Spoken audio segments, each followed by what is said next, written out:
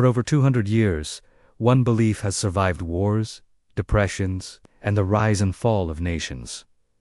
The idea that when the world falls apart, you run to gold. It's the symbol of safety, the universal safe haven, the asset people trust when they trust nothing else. And yet, the more we rewind history, the more we discover that this famous belief is only half the truth. Because gold, this metal worshipped for centuries as the ultimate protector of wealth, has not only saved lives, but has also destroyed economies, trapped governments, caused violent crashes, and become the target of some of the most powerful manipulations in modern finance. This is the part of the story most people never hear. For generations, families all over the world have repeated the same sentence: when things get bad, buy gold.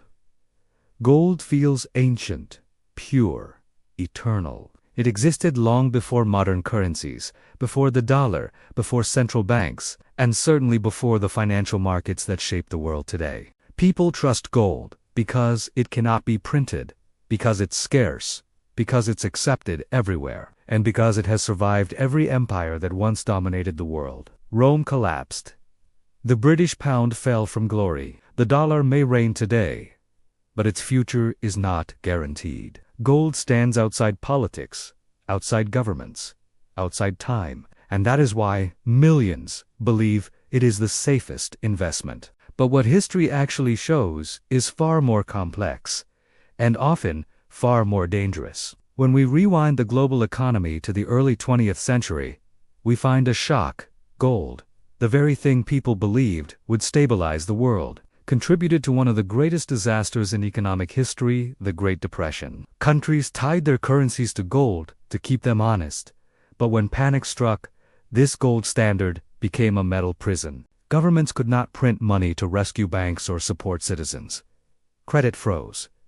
Companies collapsed. Millions lost their jobs. Nations were suffocating under their own gold-based rules. By the mid-1930s, one country after another abandoned gold, not because gold was worthless, but because gold's rigidity was killing their economies. If gold was truly safe, why did governments run away from it? France is another tragic example. After World War I, the country hoarded gold, thinking a massive gold reserve would make their currency strong and respected. It worked, but it also destroyed French competitiveness. Their exports became too expensive.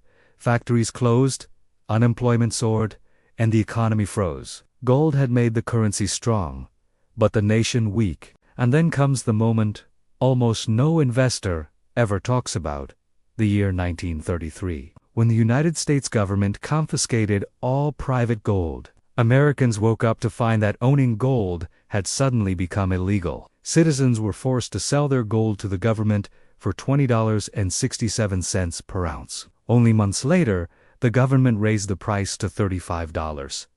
The people lost value. The government gained power. For ordinary Americans, gold was not a safe haven. It was an asset the government could seize at any time. What does safety mean if someone else can take your gold whenever they choose? The deeper truth is that gold is only safe when governments allow it to be safe. And history does not stop there. Gold is often advertised as an asset with no counterparty risk. But that only applies to physical gold, not digital gold. Not ETFs, not paper contracts, and not the complex financial instruments people buy today. And physical gold makes up only a small fraction of the gold traded globally. In fact, more than 70% of daily gold trading is paper gold, contracts with no metal behind them. This makes gold incredibly vulnerable to manipulation. For almost 100 years, the price of gold was controlled not by the free market, but by a small group of bankers meeting in a private room in London. They called it the London gold fixing. That is not safety, that is control. In the 1990s, European central banks sold huge quantities of gold, causing prices to crash more than 30%. Investors lost fortunes. Governments used their gold reserves as tools of policy, not stability. And today, gold futures markets still influence the price more than actual supply or demand. The gold you hold is real, but the price you see every morning is shaped by markets that can be distorted.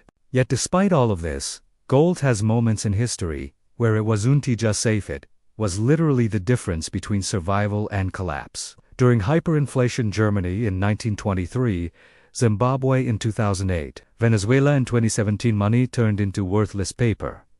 People with savings lost everything. But those who held gold could buy food, land, transportation, or even freedom. During war, collapse, or political chaos, gold becomes a universal escape currency. When governments fall, gold becomes the only thing that still works. 1 ounce of gold has, historically, purchased a month of safety, a border crossing, medical supplies, or a crucial ticket out of danger. And in countries like Argentina, Turkey, or Lebanon, where currencies collapse repeatedly, gold still functions as a parallel currency for millions. So gold is not perfect, but gold is useful. It is not magic, but it is powerful in moments when nothing else is. When we look at the entire 200-year history, honestly, one conclusion becomes clear.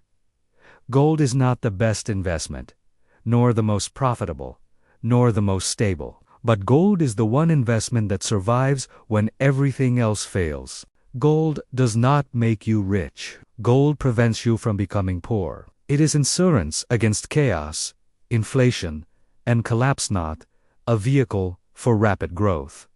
So is gold the safest investment? The truth is this: gold is the safest investment only when the world is unsafe, and it is one of the most disappointing investments when the world is stable. That is the paradox of gold, and the part of the story most investors never learn. If this changed the way you see gold, not as a magic tool, but as a piece in a much larger system, consider subscribing to the Economic Rewind Vault. Not because of numbers or algorithms, but because these are exactly the truths people wish they understood before a crisis, not after it. And in the next chapter of Money Myths Rewind, we explore another belief, repeated so many times that most people accept it without question. Printing money always causes inflation. Is it true? Or is it another myth that hides a more dangerous reality beneath the surface? The answer may surprise you, and perhaps even shock you. See you in the next Rewind.